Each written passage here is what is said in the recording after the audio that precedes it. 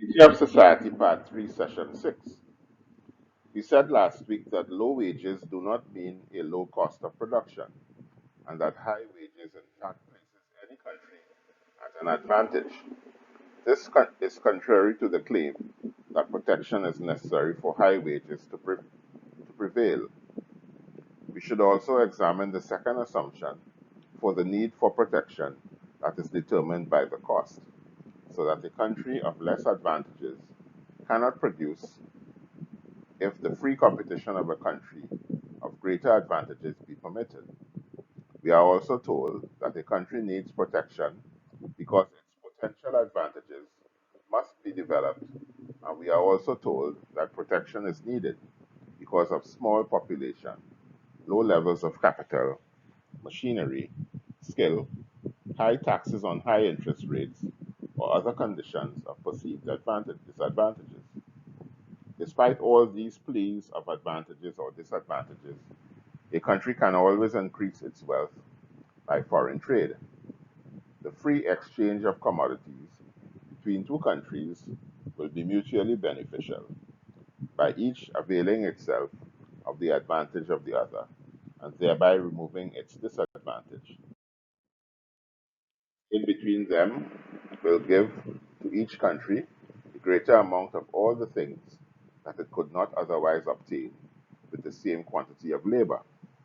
This is analogous to two workmen, both specializing in a specific skill, working together, each devoting himself to the part where he is skilled, and both accomplishing more than twice as much than if each worked separately. So, we reiterate the point. Trade between countries results in both countries gaining the advantages of the other, so that each could then concentrate its energies upon the production of things which its advantages are greatest. Thus, there are neither advantages nor disadvantages to be had for restraining trade, and if in fact there were these, trade would decrease and not increase as it has been increasing over the millennia. Thus, we may begin to see the fallacy of the protectionist sentiment that contends that shutting out foreign products is advantageous to a country, if even we must pay higher prices for the local product. Just to make the point again, we can quote Henry George, thus teeth, which Horace Greeley was fond of referring to as a production that might advantageously be naturalized in the United States by a heavy duty, could undoubtedly be produced in the United States at less cost of labor than in China, for in transportation to the seaboard, packing, etc., Americans could save upon Chinese methods. But there are other things, such as mining of silver, refining of oil, the wearing of cloth, the making of clocks and watches, as to which their advantage over the Chinese is enormously greater than in the growing of tea. Hence, by producing these things and exchanging them directly or indirectly for Chinese tea, they obtain, in spite of the long carriage, more tea for the same labor than they could get by growing their own tea, mistaken from protection and free trade. Any country to impose restrictions on its imports on account of its own perceived disadvantages in production is to prevent the negation of those disadvantages that this trade might bring. Free trade, we remember, is voluntary. It cannot take place unless there is an advantage to both parties, and as of the two, trade is relatively more advantageous to the poor and underdeveloped than it is to the wealthier countries. The opening up of trade to a Robinson Crusoe and the rest of the world would be to the advantage of both parties, but relatively, the advantage would be far greater to Robinson Crusoe than to the rest of the world, speaking from protection and free trade. Some protectionists concede that free trade is a good thing, but will not safely adopt it until all nations adopt it, or until all nations come up to a standard of living, or at least all men seek the interests of others as opposed to their own self interest. They say that so long as countries maintain their protective tariffs, they should maintain their tariffs too. The principle that underpins this belief policy that the country of low wages can undersell the country of high wages, and the overriding notion that the abolition of duties by any country is to the advantage not of the people of that country, but of the people of the other countries that are thus giving free access to its markets.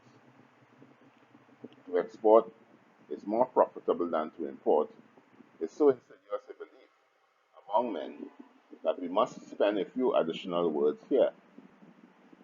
The direct effect of a tariff is to restrain the people of the country that imposes it. It curtails the freedom of foreigners to trade only through its operation, curtailing the freedom of citizens to trade. So far as foreigners are concerned, it only indirectly affects their freedom to trade with that particular country, while to citizens of that country, it is a direct curtailment of the freedom to trade with all of the world. Since trade involves mutual benefit, it is true that any restriction that prevents one party from trading must operate in some degree to the injury of another party. But the indirect injury which a protective tariff inflicts upon other countries is so diffuse and slight compared with the injury it inflicts directly upon the nation that imposes it. For any nation to restrict the freedom of its own citizens to trade, because other nations so restrict the freedom of their citizens, is a policy of biting off one's nose to spite one's face. Order. Other nations may injure us by the imposition of taxes, which tend to impoverish their own citizens. For us denizens of the world, it is to our real interest that all other denizens of the world should be prosperous. But no other nation can thus injure us so much as we shall injure ourselves if we impose similar taxes upon our own citizens by way of retaliation, speaking from protection and free trade. Now again, for a break.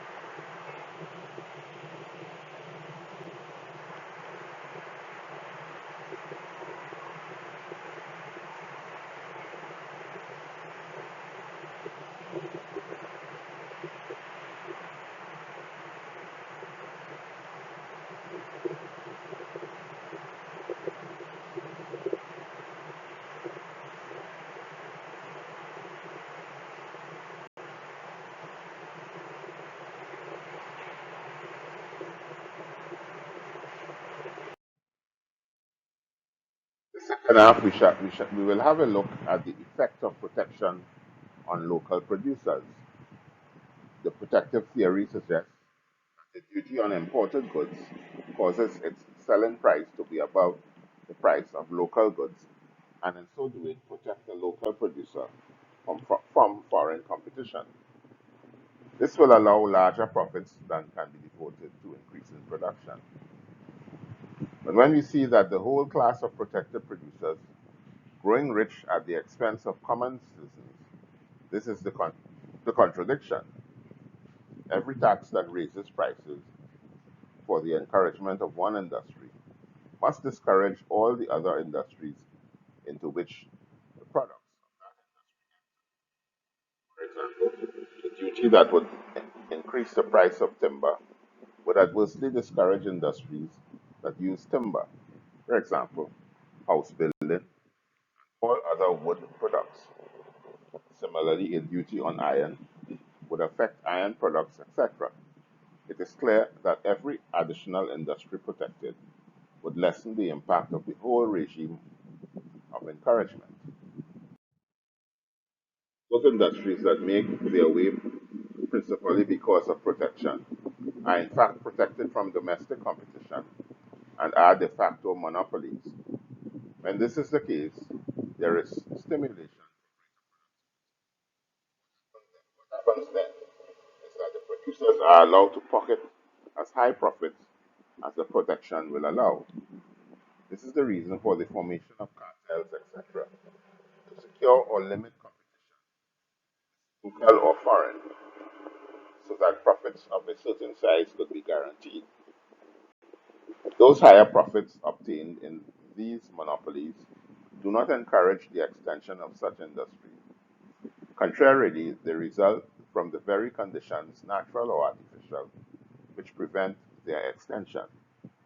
These profits accrued are not the profits gained from capital employed per se, but the profits from ownership of certain privileges bestowed. Though these profits may go to individuals or companies who are the producers, they do not go to them as producers or employers of capital. Take the case that exists in the United Kingdom or Europe, the protectionist policy, which, with respect to grain, with higher duties placed on it. This will increase its price, and its first effect would be to seriously injure other industries, giving much less profit to farmers. The increase in profits would cause an influx into the farming business, and this in turn would raise agriculture, land prices, and rents. The people would, as a result of this, have to pay more for grain. The only class that would gain any benefit from the increased prices that the people would have to pay would be agricultural landowners and not necessarily agricultural producers. The landowner would surely extract a higher rental value than would normally be the case. In the US, Henry George gave an example of what protection affords producers.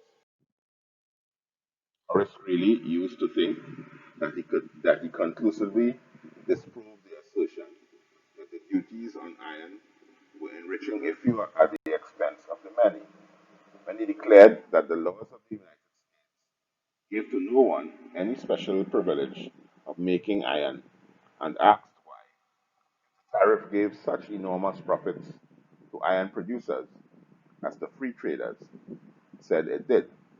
These free traders did not go to work and make iron.